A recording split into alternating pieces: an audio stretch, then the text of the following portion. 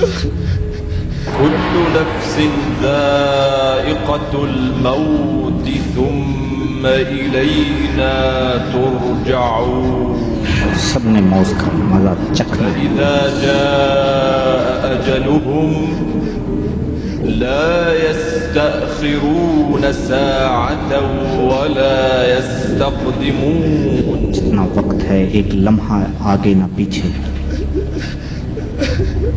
جتنا وقت دیا گیا ایک لمحہ آگے نہ پیچھے، موت کا اٹل ہے۔ بسم اللہ الرحمن الرحیم۔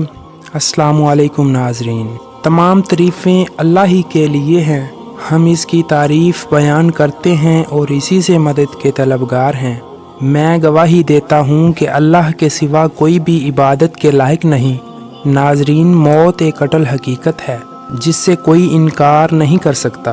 ناظرین، خالق کائنات اللہ رب العزت نے ہر جاندار کے لیے موت کا وقت اور جگہ متعین کر دی ہے، اور موت ایسی شے ہے کہ دنیا کا کوئی بھی شخص، خواہ وہ کافر ہو یا فاجر، موت کو یقینی مانتا ہے، اور اگر کوئی موت پر شک و شبہ کرے تو اسے بے وقوفوں کی فہرست میں شمار کیا جاتا ہے، کیونکہ بڑی بڑی مادی طاقتیں اور مشرق سے مغرب تک قائم ساری حکومتیں موت کے سامنے عاجز ہیں۔ موت بندوں کو ہلاک کرنے والی، بچوں کو یتیم کرنے والی، عورتوں کو بیوہ کرنے والی، دنیاوی ظاہری سہاروں کو ختم کرنے والی، آنکھوں کو رلانے والی، بستیوں کو اجاڑ دینے والی، جماعتوں کو منتشر کرنے والی، لذتوں کو ختم کرنے والی، امیدوں پر پانی پھیرنے والی، ظالموں کو جہنم کی وادیوں میں جھلسا دینے والی، اور متقیوں کو جنت کے بالا خانوں تک پہنچانے والی شے ہے۔ موت نہ چھوٹوں پر شفقت کرتی ہے اور نہ بڑوں کی تعظیم کرتی ہے، نہ بنیادی نہ دنیاوی چودھریوں سے ڈرتی ہے، نہ بادشاہوں سے ان کے دربار میں حاضری کی اجازت لیتی ہے۔ جب بھی حکم خداوندی ہوتا ہے تو تمام دنیاوی رکاوٹوں کو چیرتی اور پھاڑتی ہوئی مطلوب کو حاصل کر لیتی ہے۔ موت نہ نیک صالح لوگوں پر رحم کھاتی ہے، نہ ظالموں کو بخشتی ہے۔ اللہ کے راستہ میں جہاد کرنے والوں کو بھی موت اپنے گلے لگا لیتی ہے، اور گھر بیٹھنے والوں کو بھی موت نہیں چھوڑتی۔ آخری اور ابدی زندگی کو دنیاوی فانی زندگی پر ترجیح دینے والے بھی موت کی آغوش میں سو جاتے ہیں، اور دنیا کے دیوانوں کو بھی موت اپنا لقمہ بنا لیتی ہے۔ موت آنے کے بعد آنکھ دیکھ نہیں سکتی، زبان بول نہیں سکتی، کان سن نہیں سکتے، ہاتھ پیر کام نہیں کر سکتے۔ موت نام ہے روح کا بدن سے تعلق ختم ہونے کا، اور انسان کا دار فانی سے دار بقا کی طرف کوچ کرنے کا۔ ترقی یافتہ سائنس بھی روح کو سمجھنے سے قاصر ہے۔ موت پر انسان کے اعمال کا رجسٹر بند کر دیا جاتا ہے، اور موت پر توبہ کا دروازہ بند اور جزا سزا کا وقت شروع ہو جاتا ہے۔ حضور اکرم صلی اللہ علیہ وآلہ وسلم نے ارشاد فرمایا، اللہ تعالیٰ بندے کی توبہ قبول کرتا ہے، یہاں تک کہ اس کا آخری وقت ہی کیوں نہ آ جائے۔ ہم ہر روز، ہر گھنٹہ، بلکہ ہر لمحہ اپنی موت کے قریب ہوتے جا رہے ہیں۔ سال، مہینے اور دن گزرنے پر ہم کہتے ہیں کہ ہماری عمر زیادہ ہو گئی، لیکن حقیقت یہ ہے کہ یہ ایام ہماری زندگی سے کم ہو گئے۔ اللہ تعالیٰ نے اپنے پاک کلام کے متعدد آیات میں موت اور اس کی حقیقت کو بیان کیا ہے، جن میں سے چند آیات پیش خدمت ہیں۔ ہر جاندار کو موت کا مزہ چکھنا ہے، اور تم سب کو پورے بدلے قیامت ہی کے دن ملیں گے۔ پھر جس کو دوزخ سے بچا لیا گیا اور جنت میں داخل کر دیا گیا، وہ صحیح معنی میں کامیاب ہو گیا، اور یہ دنیاوی زندگی تو دھوکے کے سامان کے سوا کچھ بھی نہیں۔ اس آیت میں اللہ تعالیٰ نے انسانوں کی کامیابی کا معیار ذکر کیا ہے، اور وہ یہ ہے کہ اس حال میں ہماری موت آئے کہ ہمارے لیے جہنم سے چھٹکارے اور دخول جنت کا فیصلہ ہو چکا ہو۔ اس زمین میں جو کوئی بھی ہے فنا ہونے والا ہے، تمہارے پروردگار کی جلال والی اور فضل و کرم والی ذات باقی رہے گی۔ ہر چیز فنا ہونے والی ہے سوائے اللہ کی ذات کے۔ حکومت اس کی ہے اور اسی کی طرف تمہیں لوٹ کر جانا ہے، اور یقیناً ہر جاندار کو موت کا مزہ چکھنا ہے۔ اور ہم تمہیں آزمانے کے لیے بری اور اچھی حالتوں میں مبتلا کرتے ہیں، اور تم سب ہمارے ہی پاس لوٹ کر آؤ گے۔ تم جہاں بھی ہوگے موت تمہیں جا پکڑے گی، چاہے تم مضبوط قلعوں میں ہی کیوں نہ رہ رہے ہو۔ آپ کہہ دیجئے کہ جس موت سے تم بھاگتے ہو وہ تم سے آ ملنے والی ہے، یعنی وقت آنے پر موت تمہیں ضرور اچک لے گی۔ چنانچہ جب ان کی مقررہ میعاد آ جاتی ہے تو وہ گھڑی بھر بھی اس سے آگے پیچھے نہیں ہو سکتے، اور نہ کسی کو یہ پتہ ہے کہ زمین کے کس حصے میں اسے موت آئے گی۔ ان مذکورہ آیات میں معلوم ہوا کہ ہر شخص کا مرنا یقینی ہے، یعنی موت کا وقت اور جگہ سوائے اللہ کی ذات کے کسی بشر کو معلوم نہیں۔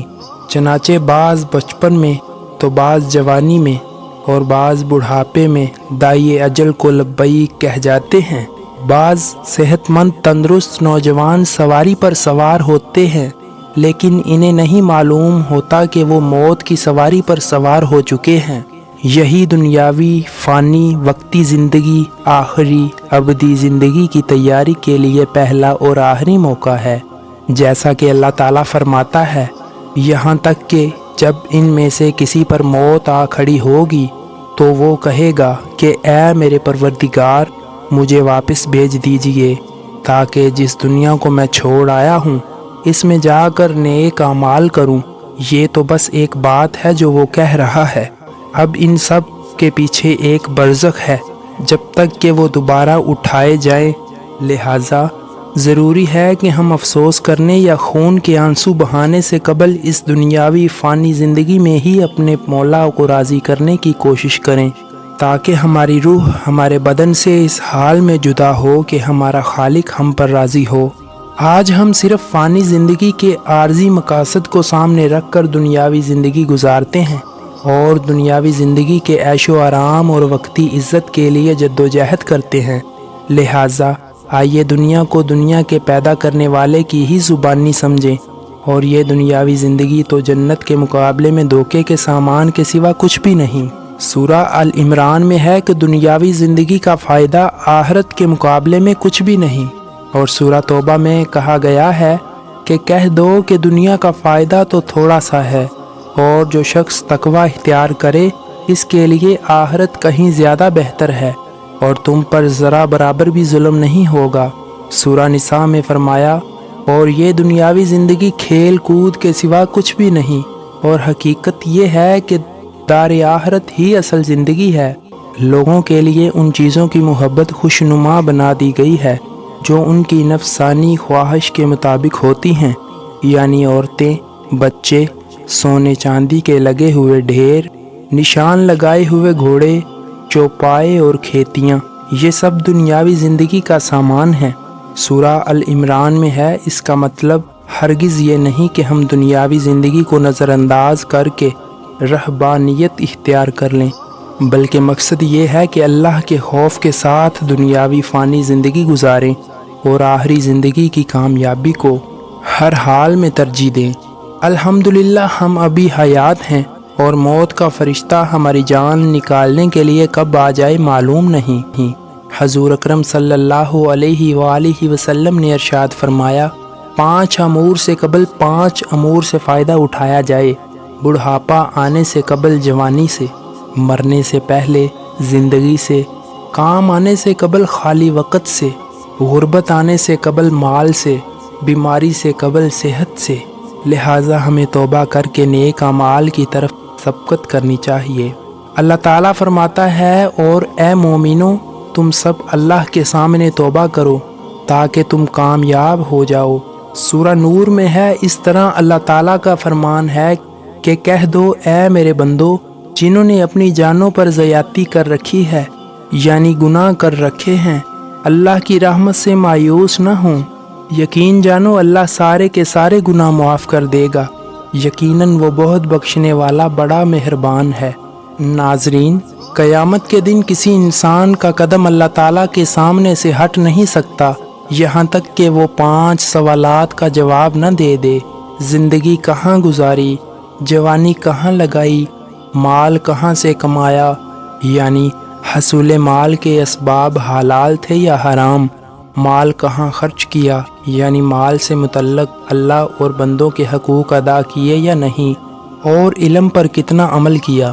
حضور اکرم صلی اللہ علیہ وآلہ وسلم نے ارشاد فرمایا کہ لذتوں کو ختم کر دینے والی موت کو کثرت سے یاد کیا کرو۔ موت کو یاد کرنے کے چند اسباب یعنی وہ اعمال جن سے موت یاد آتی ہے یہ ہیں کہ ارشاد فرمایا کہ قبروں کی زیارت کیا کرو، اس سے تمہیں آخرت یاد رہے گی۔ مردوں کو غسل دینا یا ان کے غسل کے وقت حاضر رہنا، اگر موقع میسر ہو تو انتقال کرنے والے شخص کے آخری لمحات دیکھنا اور ان کو کلمہ شہادت کی تلقین کرنا، جنازہ میں شرکت کرنا، بیماروں اور بوڑھوں سے ملاقات کرنا، آندھی طوفان اور زلزلے کے وقت انسانوں کی کمزوری اور اللہ تعالیٰ کی طاقت و قوت کا اعتراف کرنا، پہلی امتوں کے واقعات پڑھنا۔ موت کو کثرت سے یاد کرنے والوں کو اللہ کی جانب سے مذکورہ اعمال کی توفیق ہوتی ہے، گناہوں سے توبہ نصیب ہوتی ہے، گناہوں سے حفاظت ہوتی ہے، سخت دل نرم ہو جاتے ہیں اور وقتاً فوقتاً آنکھوں سے آنسو بھی بہہ جاتے ہیں، دل قناعت پسند بن جاتا ہے، عبادت میں نشاط پیدا ہوتی ہے، بہت ساری دشواریاں بھی آسان ہو جاتی ہیں، لمبی لمبی امیدیں اور امنگیں کم ہو جاتی ہیں، تواضع اور انکساری پیدا ہوتی ہے جس سے انسان دوسروں پر ظلم کرنے سے محفوظ رہتا ہے، آخری زندگی یاد رہتی ہے جس سے اللہ تعالیٰ کا خوف پیدا ہوتا ہے۔ اللہ تعالیٰ ہم سب کو مرنے سے قبل مرنے کی تیاری کرنے کی توفیق عطا فرمائے اور ہمیں دونوں جہانوں کی کامیابی و کامرانی سے نوازے، آمین۔ تو میرے محترم عزیز دوستو، یہ تھی ہماری آج کی ویڈیو۔ امید کرتا ہوں کہ آپ کو ہماری آج کی ویڈیو پسند آئی ہوگی۔ اگر آپ کو ہماری ویڈیو پسند آئی ہو تو چینل کو سبسکرائب لازمی کریں اور ویڈیو کو لائک کریں اور شیئر کریں، اور ویڈیو کو لائک کرنے کے ساتھ ساتھ آپ اپنی قیمتی رائے کا اظہار کومنٹ باکس میں لازمی کریں۔ کومنٹس میں آپ اپنے سوالات بھی ہم تک پہنچا سکتے ہیں، اور اسی کے ساتھ میں آپ سے اجازت چاہوں گا، اور اگر سانسوں نے وفا کی تو اگلی بار ایک اور ویڈیو آپ کی خدمت میں لے کر حاضر ہوں گا۔ اللہ تعالیٰ آپ کو اپنے حفظ و ایمان میں رکھے، آمین۔ اللہ حافظ۔